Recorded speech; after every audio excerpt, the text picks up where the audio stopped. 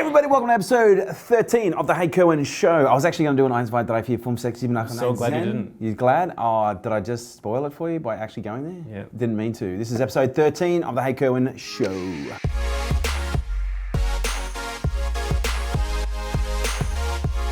First question on Instagram. Instagram. I said last time that Instagram and I were going to get a little bit more intimate.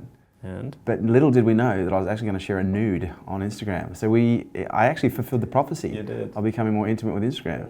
If you haven't seen it, go and check it out. It's a little bit naughty. Kia XXX says, "Hey Kerwin, what's your advice on raising successful, resilient children?" That's a really good question.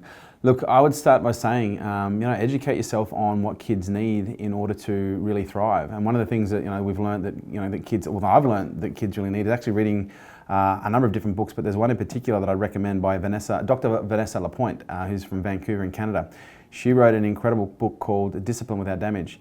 And one of the things that we have now learnt through the study of children and environments is the fundamental responsibility that we have as parents on creating the environment that produces healthy kids. Because the reality is not only does the environment that a child grows up in have an effect on their physical growth, but it also has an incredible impact on their mental growth. When we look at conditions like ADHD, when we look at conditions like certain mental illnesses and addiction, a lot of these conditions in many cases actually develop in early childhood through the inability for children to learn how to regulate properly. And I think one of the most important roles that we have as parents is to really teach our kids how to regulate emotion. And the way that we teach kids how to regulate emotion is through demonstration and actually providing a safe environment for them to regulate. I think one of the things that it's almost like this false misconception, and I had it as well, that when kids have meltdowns, oftentimes we believe that if we were to go over there and give them a hug while they're having a meltdown, that we're actually reinforcing the behavior. But what now, not only child psychology, but also the study of, pediatric neurology has shown us is that when a child is having, in most cases, a meltdown or they're having an emotional experience, that's actually when they need to feel the safest. Because when a child, is expressing themselves emotionally, oftentimes they're experiencing high levels of pain. And when a child is experiencing high levels of pain, even if it's just, they didn't get the toy or they didn't get what they want, they're having a complete meltdown. Rather than us taking the hard position of, well, no, and go to your room, we need to understand that when a child is in pain, whether it's physical pain or mental pain or emotional pain, it really is it is a primary caregiver's fundamental responsibility to ensure that we show them how to regulate that pain, regulate that emotion in a healthy way. And the way that we do that is by holding the child and remaining calm and remaining passive and just remaining, open and present to what the child's needs are. And I know for me, I have a background in training dogs, and one of the things that I've learned is the importance of not reinforcing the wrong behaviours, because when you give affection to a dog when it's displaying the behaviours you don't want, you can sometimes increase the probability of those behaviours coming back again. But one of the things that I've now learned, dogs and children, although very similar, mammals, very similar when it comes to training, there are fundamental differences. And one of the things that we need to understand with children is the way that their brain grows. In order to grow a happy, healthy, resilient and strong children, we really need to teach them how to deal with discomfort. We need to teach them how to deal with pain, physical, mental, emotional pain, but we need to do it by allowing them to feel safe when they're experiencing pain. And it's our job to just be there for them. And I know, parenting is a selfless task as it is. And I know many parents can probably relate to their own journey and their own experiences growing up in their own families. And for me, fundamentally, I've always thought I've had an incredible childhood, and I have. I did have an incredible childhood, but there's many things that I've now learnt that have essentially affected me in a way that have increased the probability of me experiencing certain things that I'm experiencing in my life right now. And that's not to say that even my parents did a bad job. They just did the best that they could with the knowledge and the skills that they have. And the beauty now is we live in an age where there's never been more information available to us than there has been right now. And for me, because there are so many things that we could talk about when it comes to how do you raise healthy, resilient children, when it comes to independent playtime and helping them build longer levels of focus and understanding how to nurture and care. But the thing that I have found that is fundamental when it comes to strong neurological development is providing a safe and secure environment, it doesn't just mean you've got locks on the doors and food on the table, but it means that you are there, you are present, and you're there to nurture them when they're in pain. But most importantly, it's not just about hugging a child when it's in pain, but it's also about being present. And this is what they call, and I've just been reading a book called The Realms of Hungry Ghosts by Gabor Mate, and he talks about hardcore addiction. And one of the things that he talks about, people who developed addiction are typically people that experience some levels of pain during their childhood, different levels along the spectrum, but they weren't given the tools to learn how to regulate it in a healthy way. And not only is it important for us to be there for a child when it's in pain, to support them and to show them how to breathe by holding a child when it's in pain, rather than feeling the pain and sobbing with the child, because all we're doing is reinforcing that pattern, is we hold the child and we become present, we become calm. But it's one thing to hold your child, but it's another thing to be present with the child. Keep the child in your mind and be sitting there and actually saying to them, it's okay, I know you're frustrated, it's okay. I know you didn't get what you want and you're upset, that's okay. It's okay to be frustrated, it's okay to be upset. And because it's when we actually teach our children that it's not okay to be upset, that they fundamentally think that there's something wrong and that their brains start to behave in different ways. So, when a child is experiencing pain, it's okay, that's normal. Childhood, as Vanessa says, childhood is messy. It's our job as parents, to clean it up. And that's the responsibility. And if you don't want that responsibility, don't have kids. And if you've already got kids, then, it's your responsibility to ensure that you develop a healthy child. Because, in many cases we can look at, certain dysfunctions that we're seeing, I guess in some ways at a political level, at some levels at a country level, and we can start to understand a lot of the dysfunction that we are seeing right now is nothing more than a product of how people were brought up. And if we want to change the way that the world operates at a high level, we have to breed a new type of children, a new type of child. And I don't mean genetically speaking, I just mean emotionally. How do we develop healthy, happy, and emotionally stable children? We teach them how to regulate. All right, next question comes from Louise Lacuna, and she says... Lacuna. Lacuna, wow, how do you know? Hey Kerwin, I wanted to ask you, you say it takes 10 years to build a business while some are doing it quicker than that. Yeah. Is it psychology or dumb luck? Ooh, good question. I think it's a combination of two factors. I think it's three factors. I'd say it's a combination of psychology, because there's a certain way of thinking that's required in order to build a business very quickly. The second one is planning, the ability to plan out the things that you need to do in order to get where it is that you want to go. And the third thing then is the prioritization. And I'd almost add one in there. You've got psychology, which is the ability to think in a very specific way.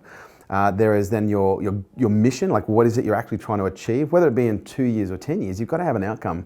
You've got to have a big, hairy, audacious goal that you're looking for, that you're aiming at, that you're charging towards, because otherwise how do you know if you've actually arrived in the first place?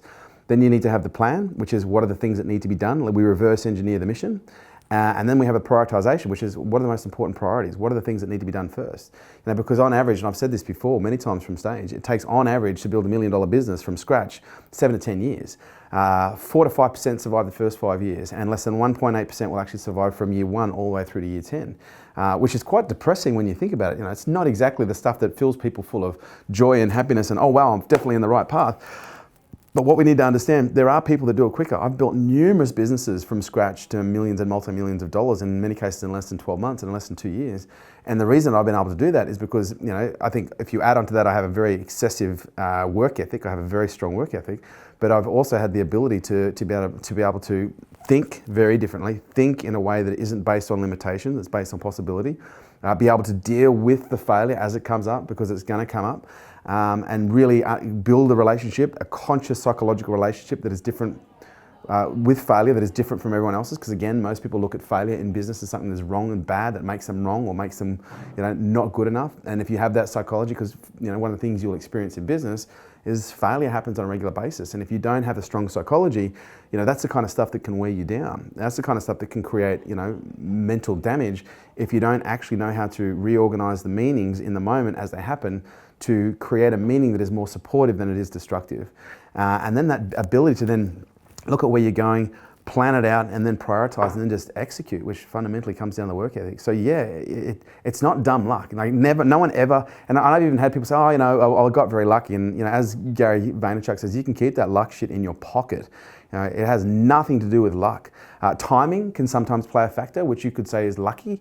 But I honestly don't believe that there's anything. There is such a thing as dumb luck. I think there is such a thing as people being in the right place at the right time with the right skill set in order to apply the situation they're in.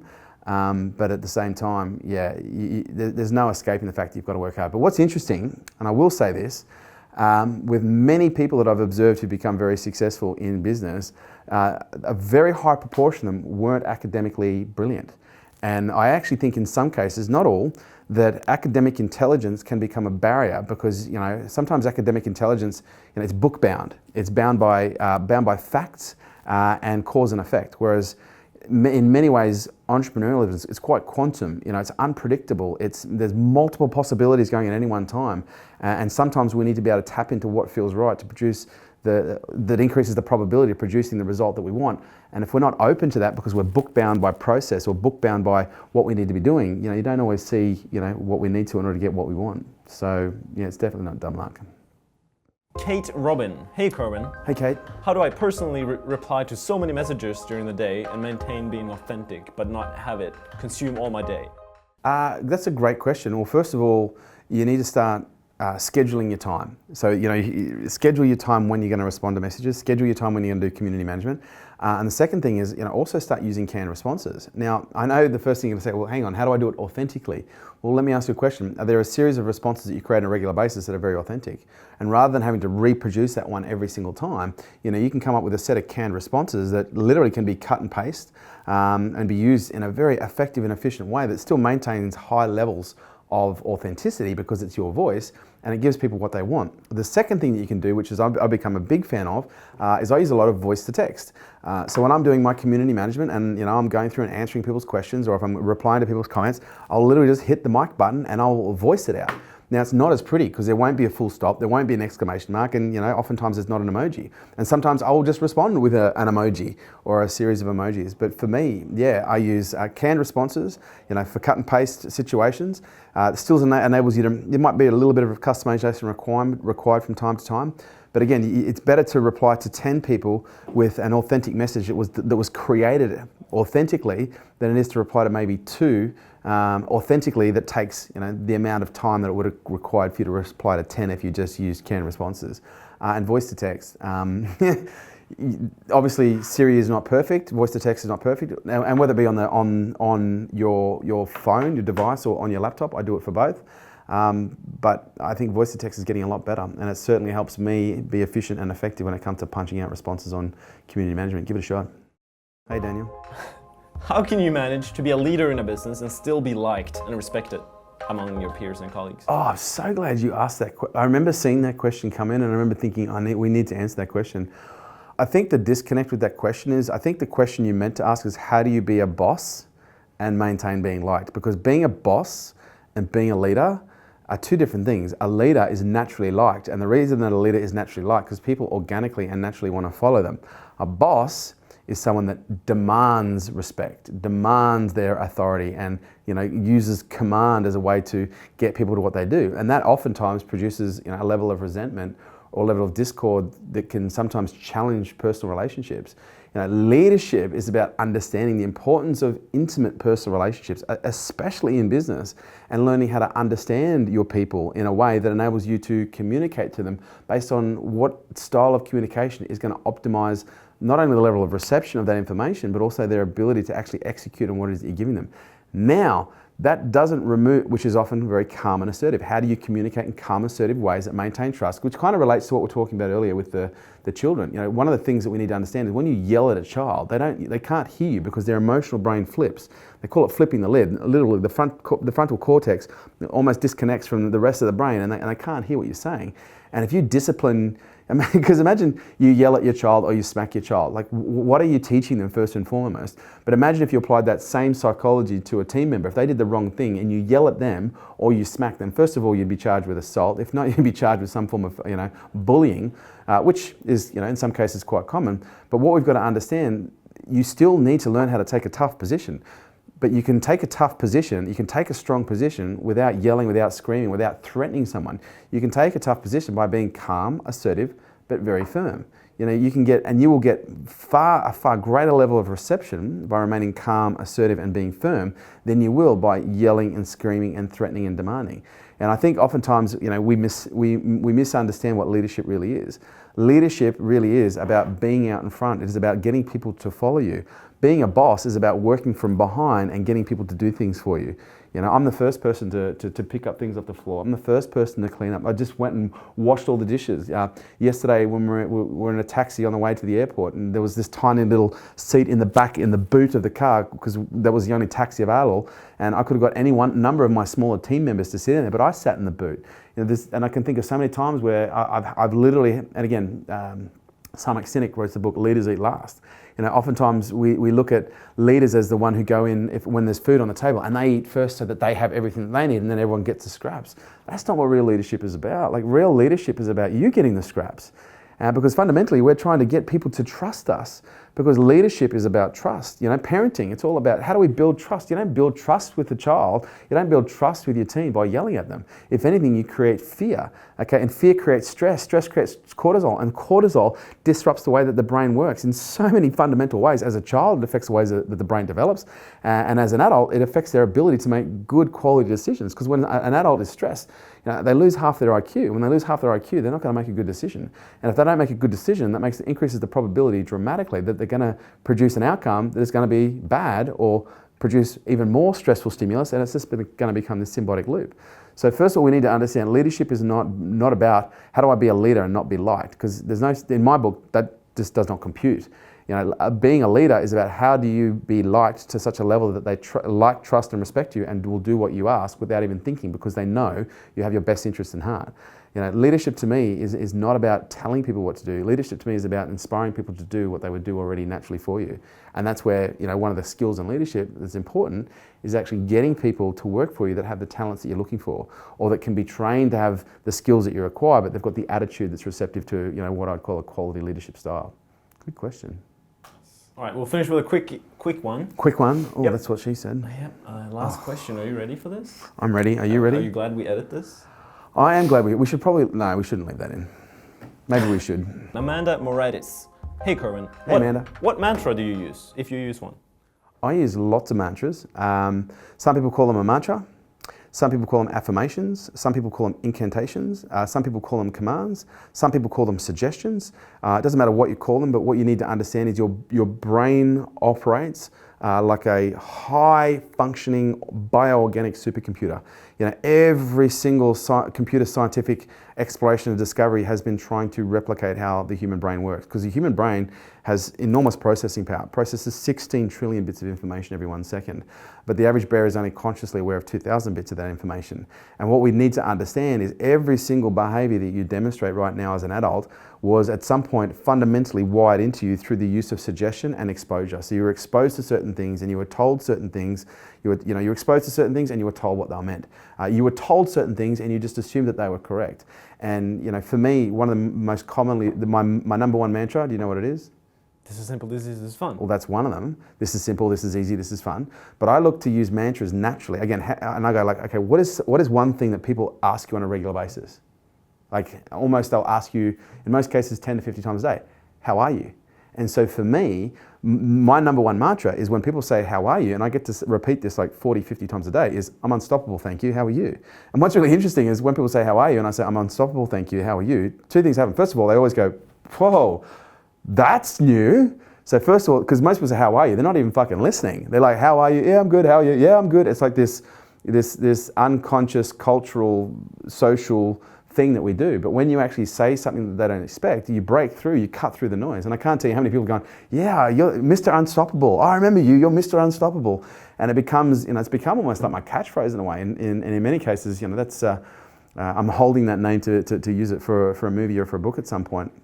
But, how are you? I'm unstoppable. That's a perfect response. Or looking at creating a command or a mantra that you use in situations where people ask you a regular question. But for me, I remember, this is going back in my mid-20s, about 25 or 26, I wrote out a list. It was like 25 things, 25 skills, 25 outcomes that I was trying to develop. And I literally just wrote out a command for each one. I'm a master of psychology. I'm a master of understanding the psychological process of transformation and change, not just myself, but also in others. I'm a master of persuasion. I'm a master of sales. I'm a master of leadership and personal transformation. Like I just came up with all these suggestions that if they were to come true, they would produce the behaviors that I would need in order to, as a natural consequence, be required to create the life that I was looking for. And so everything I've got around me now, every single thing that I've created in my life, and I can say this hand on heart, I swear on my son's life, has been by design. And this doesn't happen for everyone, some people it just happens. But I literally sat down and I created all the mantras, all the suggestions, all the commands that I wanted, that if that command came true, it would naturally produce the behaviors that I was looking for. And I literally, oh man, and I used to have it in my car, I used to have it in my bathroom, I used to have it beside my bed. And I remember when I used to drive along the car, I'd be in the car and I'd be like going on my way to an appointment and I'd be fucking screaming my mantras out. I am a mantra of Australia. And I'd be screaming so loud, spit would be coming out. And so many times, I'd look beside me and people would be like freaking out, thinking I'm having a road rage incident.